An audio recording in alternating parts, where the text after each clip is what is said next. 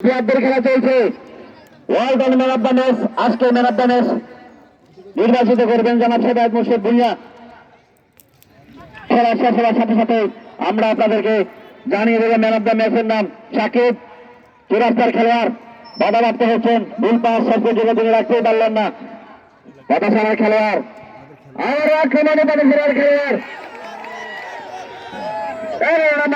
সেখানে কাইয়ুম বলে অধিনায়ক একেবারে গোল পোস্ট খালি পেয়েছিলেন, শেষ পর্যন্ত সাইমন না, তিনি এবার পারলেন না। 14 নাম্বার যাচ্ছে পড়েছে, সেখানে মোজাম্মেল মুখী খেলোয়াড় শট পেয়েছিলেন, কিন্তু গোল পোস্টের ভিতরে বলটি ক্লিয়ার হয়ে গেল। মধ্যমাঠে বল 12 নাম্বার যাচ্ছে নিয়ে, সেখানে আইচক বল চৌরাস্তার খেলোয়াড়ের পায়ে বল। দ্বিতীয়ার্ধের খেলা চলছে, 1-0 গোলে এখন এগিয়ে পাতাছড়া একাদশ। আগামীকাল উপভোগ করবেন বেগমগঞ্জ উপজেলা নোয়াখালী বনাম 4 তারা ক্লাব 25 নং চা বাগানের মধ্যকার খেলা। 7 নম্বর যাচ্ছি নিয়ে, সেখানে সাইমন ব্যাক পাস দিয়েছেন, তার সতীর্থ অনুপেশকে বাগানবাজার পাতাছড়ার খেলোয়াড় মোজাম্মেল লম্বা করে দাঁড়িয়েছেন। 11 নম্বর নিয়ে বলে অধিনায়ক কাইয়ুম, দেখা যাক গোল পোস্ট গোল অনেকটা দূরে বেরিয়ে এসেছেন, শেষ পর্যন্ত বল কর্নারের বিনিময়ে রক্ষা। বাংলাদেশ জাতীয়তাবাদী ফোরাম রামগড় উপজেলা শাখা কর্তৃক আয়োজিত বাছুরি ফুটবল টুর্নামেন্টের 5ম দিনের খেলা আপনারা উপভোগ করছেন। এখন পর্যন্ত খেলার ফলাফল পাতাছড়া একাদশ 1, চৌরাস্তা ক্লাব লক্ষ্মীপুর 0। আগামীকাল বেগমগঞ্জ উপজেলা নোয়াখালী বনাম 4 তারা ক্লাব 25 নং চা বাগানের খেলা। বিভাগের ভিতরে হাত দিয়ে বল ক্লিয়ার করছেন, সেখানে চৌরাস্তার খেলোয়াড় 14 নম্বর যাচ্ছে নিয়ে, 14 নম্বর তো নেই, 14 নম্বর যাচ্ছে নিয়ে জয়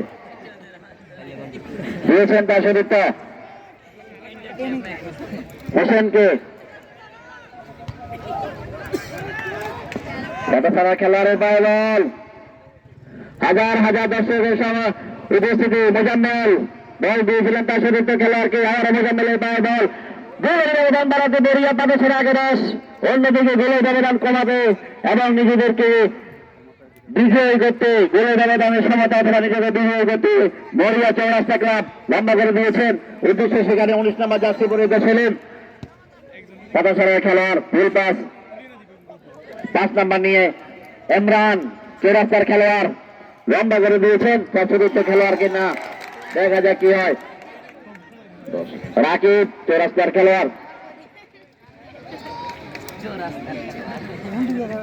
হিমু দলীয় অধিনায়ক চৌরাস্তা একাদশের চৌরাস্তা ক্লাবের দিয়েছেন তার সতীর্থ খেলোয়াড়কে। এবার কিন্তু উদ্দেশ্যহীন ভাবে তিনি বিভক্ত ফেলেছিলেন, সেখানে তাদের কোন খেলোয়াড় ছিল না। সাইমন থেকে তার খেলোয়াড় কাইয়ুম দলীয় অধিনায়ক এখন বল দিয়েছেন মাঠের পূর্ব দক্ষিণ প্রান্ত দিয়ে আক্রমণ সামলানোর চেষ্টায়।